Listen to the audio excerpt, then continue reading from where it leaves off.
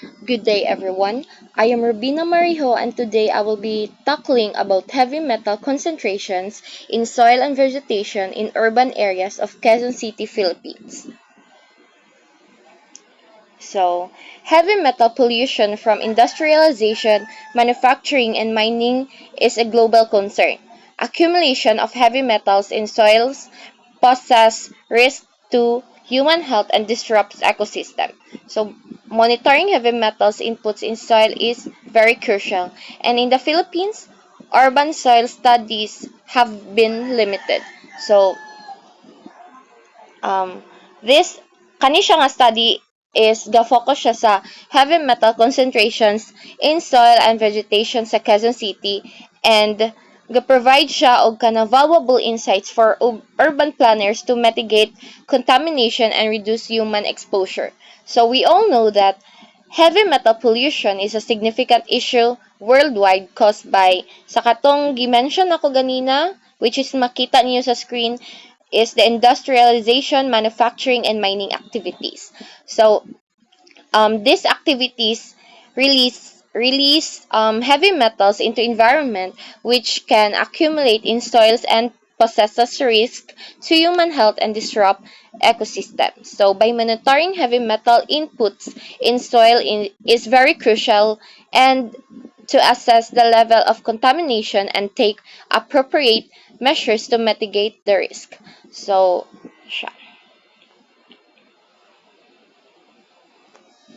So, this study was conducted in Quezon City, which lies on Guadalupe Plateau, a relatively high plateau in the northeast portion of Metro Manila, Philippines. So, ang total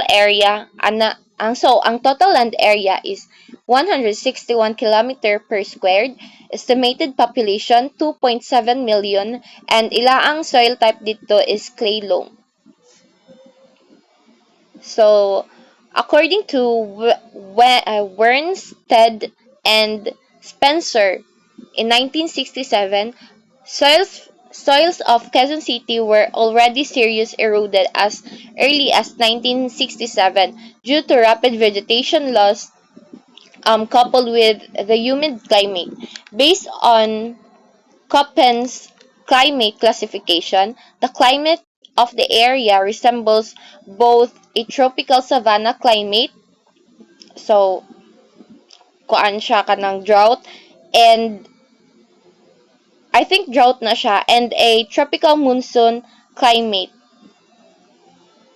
is kuan na siya kanang ulan-ulan or wet season with a dry period from November to April and wet periods from June to October. So,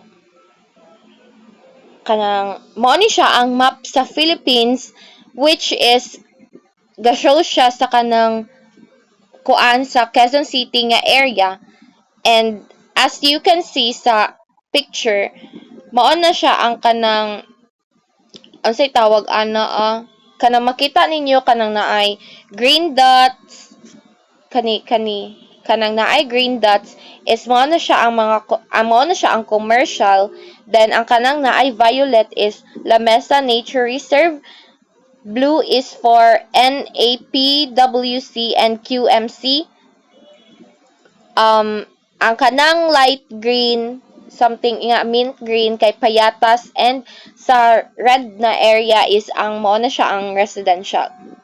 So makita ninyo ang kanang geology, ang kanang na ay something color na light, something yellow. Mo na siya, and sa last makita naman na ninyo, and sa color white something mo na siya ang river. And for the soil classification, nara makita ra na ninyo guys, ang kanang murag something light green siyang unclassified, dili siya ma-identify, and ang kanang something brown is mo na siya ang mo na siya ang antipolo, ang soil type dito is clay. Makita rin ninyo sa screen.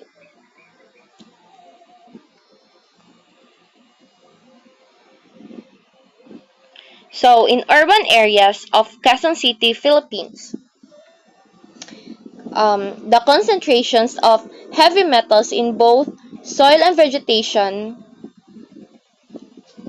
soil and vegetation were analyzed. The study focused on heavy metals such as Cr, which is chromium, Ni for nickel, Cu for copper, Zn for zinc, and Pb for lead. So different land uses, including protected forests, parks and wildlife areas, landfills, urban poor residential and industrial areas, and commercial areas were considered. So katong result is show that the area with higher anthropogenic activities or disturbances such as landfills, urban urban poor residential and residential areas or commercial areas had higher concentration of heavy metals in the soil compared to less disturbed areas like protected forests and parks. So, um, when kuan sad siya, adlang pud nako, when plants are exposed to excessive levels of heavy metals, they can experience kuan vegetation loss, of course mga matay ang tanom didto due to heavy metals kay maka-disrupt siya sa essential processes sa plants including sa kanang photosynthesis, nutrient uptake, and water balance, and also maka-induce sa kanang oxidative stress leading to cellular damage and reproduce plant growth. Narad ay ito. So, in terms of vegetation, um, the analysis focused on senescent plant leaves. So, the average concentration of heavy metals varied for different metals. For example, the concentration ranged from 0 to 0.4 milligrams or kilogram for CD, 0 to 10 milligrams or kilograms for CR, 2 to 22 milligrams for koan, CU, 0 to 5 milligrams for PB, and 11 to 250 milligrams for zinc. So, muna siya. So, some plants exceeded the critical concentrations for CD and CR, indicating potential risk to plant health. So, study reveals that heavy metal concentration in urban soils of Quezon City, Philippines are higher in areas with anthropogenic activities or disturbances. Soil parameters such as pH, organic matter, and available phosphorus play a significant role in heavy metal retention. So, consumption of certain edible plants from landfills areas may pose real health risk due to high cadmium levels.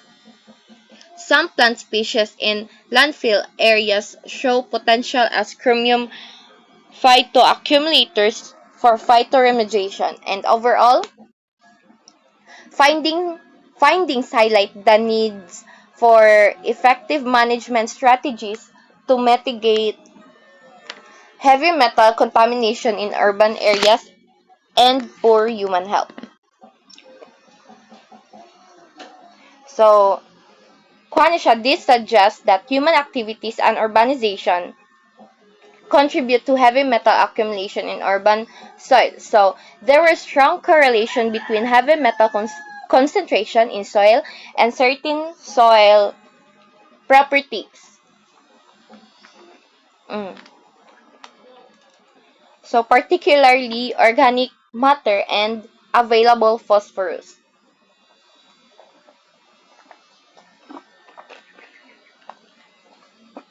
So, leaves of plants growing in landfills show the highest levels of heavy metal contamination. So kaning nga study, ang results is revealed that anthropogenic activities or human activities and disturbance caused by rapid